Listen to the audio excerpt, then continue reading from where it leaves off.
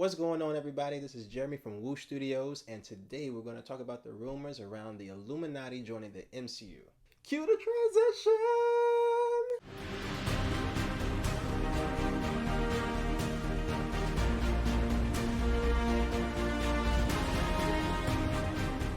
So our story starts in Brian Michael Bendis' run in 2006 of the Illuminati, where Iron Man decides to form this team together to be this ultimate defense against intergalactic threats. So he brings together some of the brightest minds in the Marvel Universe, like Black Panther, Doctor Strange, Namor the Submariner, Reed Richards, Professor Xavier of the X-Men, and Black Bolt, who's the king of the Inhumans.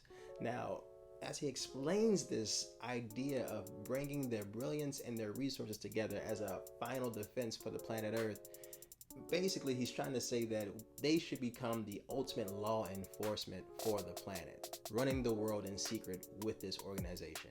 The only one who says nay is my boy Black Panther.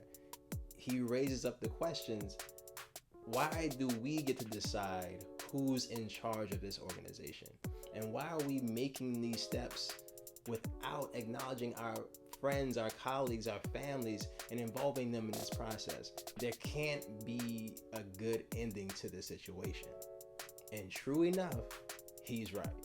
It seems like every solution that the Illuminati made in order to solve the world's problems at that time only created more problems. I mean, from banishing the Hulk to tinkering with the Infinity Gauntlet and almost destroying their team entirely, it seemed like everything they did was just the worst, which justified them totally disbanding officially.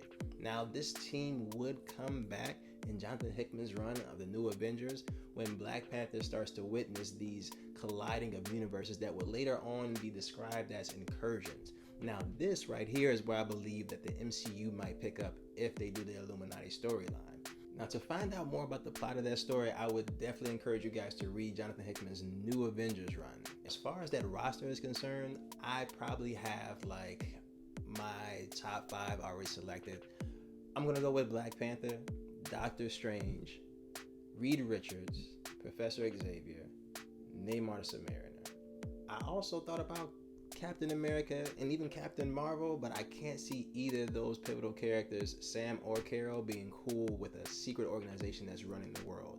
Now for that 6-man, I'm definitely thinking about bringing back Iron Man in the form of a holographic AI. Now I think that this will be a great time to go ahead and bring him back and probably even hint to him a little bit earlier, maybe training Riri Williams to become Ironheart, and then later on making his way to become another member of the Illuminati that can kind of resemble a little bit more of that comic book team.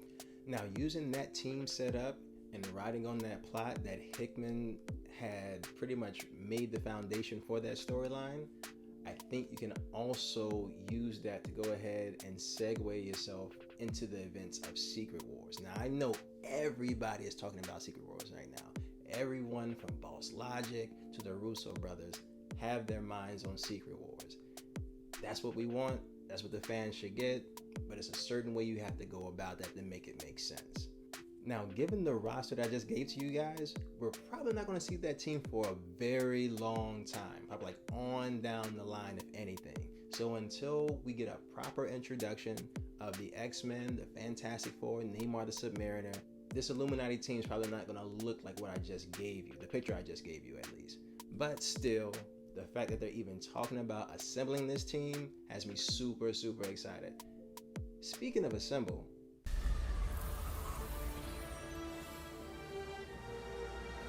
I know it was cheesy, but you liked it. Now, I know a lot of people had their different, complaints or concerns about the Marvel Avengers game that Square Enix is making.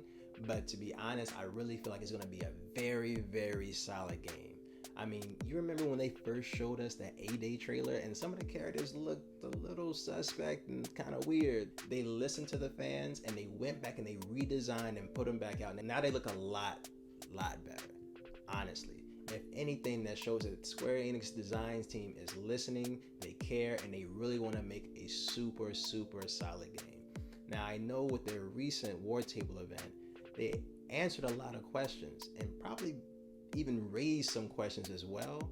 And hopefully with this new war table that's coming on the 29th of this month, they'll probably answer those questions that we have. One of the only concerns that I really had was whether or not this would be a cross-platform game.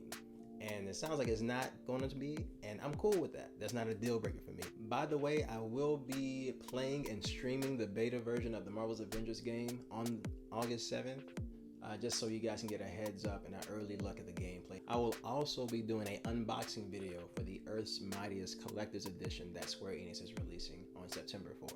Alright guys, as I bring this video to a close, I just really want to thank you guys for taking the time to watch my video. Please be on the lookout for more content right here on this channel. Take it easy. Peace.